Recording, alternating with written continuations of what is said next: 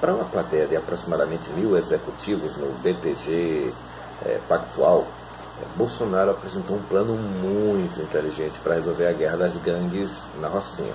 Ele disse que mandaria um helicóptero despejar milhares de folhetos na favela, intimando os bandidos a se entregarem. Caso não se entregassem, mandariam metralhar a Rocinha. E claro, foi muito aplaudido. Ciente da besteira dita, entendo eu que também tentando modificar o significado do que foi dito, a assessoria de Jair Bolsonaro enviou uma nota à imprensa com os seguintes dizeres.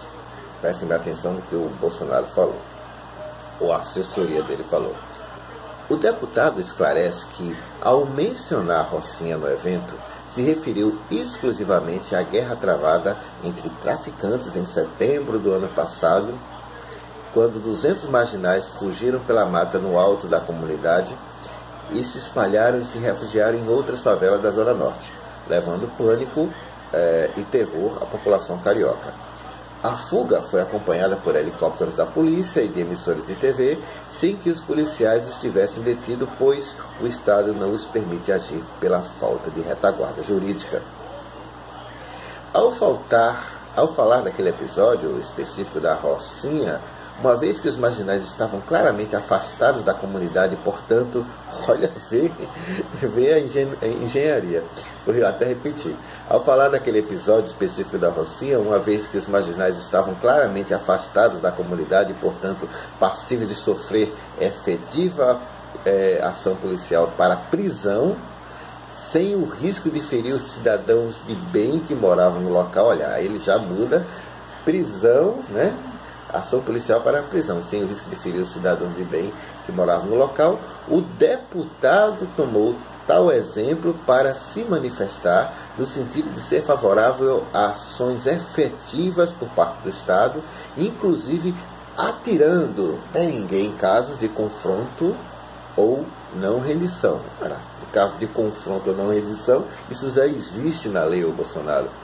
O deputado lembra que em episódio bastante similar, o Brasil também assistiu estarrecido à fuga em massa de traficantes armados da Vila Cruzeiro e Complexo do Alemão em novembro de 2010. O deputado afirma que tais episódios não voltarão a ocorrer caso seja eleito este ano. Pois bem, nessa nota, Bolsonaro pretende mudar a Constituição, ou pelo menos eu acho que ele pretende, porque ele queria ser mais efetivo naquelas ações, né, para permitir, entendo eu, que se execute pessoas. Quando ele fala que a ação poderia ser mais efetiva e que as leis não permitem isso, né, então eu acho que ele estava querendo dar uma executada naquele pessoal que estava em fuga. A grande ideia. O problema do Bolsonaro é que pessoas inocentes morrem todos os dias, o tempo todo, exatamente por conta de uma licença para matar que ainda não existe. Imagine se existir essa tal de licença para matar legalmente, constitucionalmente estabelecida. Esse tipo de gente, tipo Bolsonaro, não raciocina nas consequências de policiais terem direito de tirar a vida de pessoas conforme a sua própria decisão. Ah, mas eles eram bandidos. Calma lá. O problema, gente anencéfala, que por sinal passem longe do meu canal, é que por detrás disso vem superpoderes na mão de policiais, quase nunca preparados para atuar em conflitos, onde se é necessário o bom senso.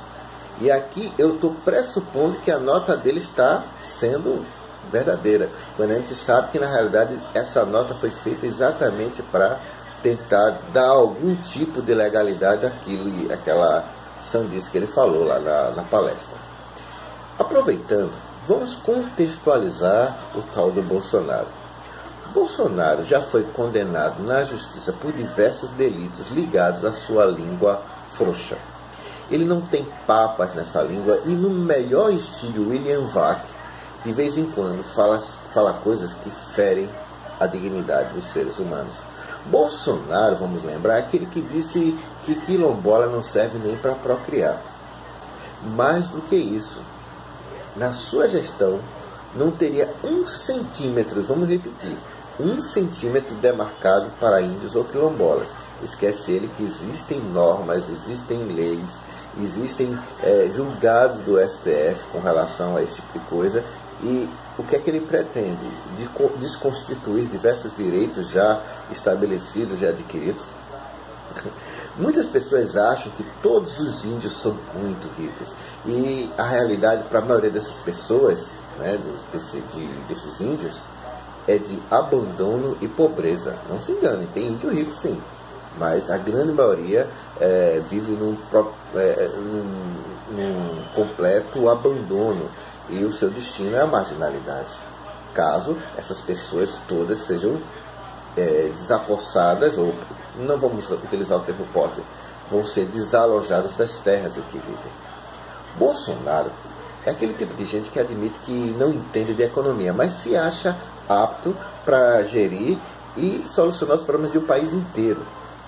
Bolsonaro prometeu arma para todos, estimula que os donos de terra se armem e ataquem, o que ele chama de revidem, ataquem ou revidem sem terras, no que ele entende seria uma legítima defesa da propriedade privada, esquecendo que apesar da legitimidade de algumas ações de defesa ou de autodefesa, muitas dessas propriedades chamadas privadas são terras públicas e algumas outras têm diversos vícios com relação ou à sua propriedade ou à sua posse. O que eu percebo no Bolsonaro é que ele tem um discurso raso e que esse discurso raso é aceito por uma boa parcela da população.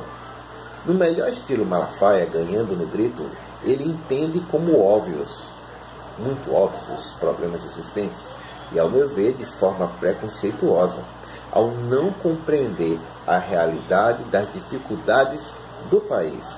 Propõe, então, soluções estereotipadas e aparentemente fáceis de ser aplicadas. Para esse tipo de gente, sempre existe uma mala de soluções fáceis.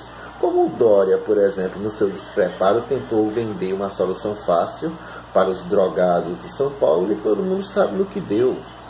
Pense, amigo, que gerir um conflito dentro da sua própria residência, da sua casa, é complexo. E que para gerir problemas de milhões de brasileiros é necessário, antes de tudo, preparo, bom senso e capacidade de negociação. Quem quis solucionar conflitos com imposições acabou criando grandes guerras e ganhando denominações de fascistas. Vamos imaginar revoluções comunistas, soluções finais nazistas, todas resultaram em milhões de mortos das mais diversas nações. E mais, se existe o bandido, Bolsonaro acredita que esses bandidos devem ser mortos. Só que o bandido que ele quer ver morto é o pobre assaltante, especialmente os responsáveis, acredita ele, por crimes contra a vida.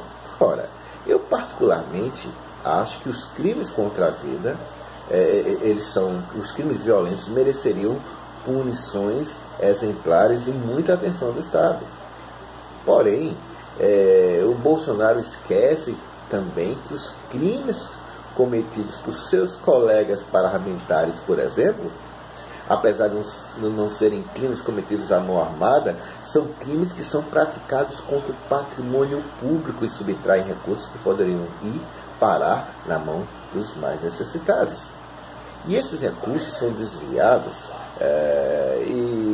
para os muito menos necessitados e se transformando muitas das vezes em malas de dinheiro que são escondidas em apartamentos por aí, ou vão parar na mão de primos que a gente mata antes que ele faça uma delação.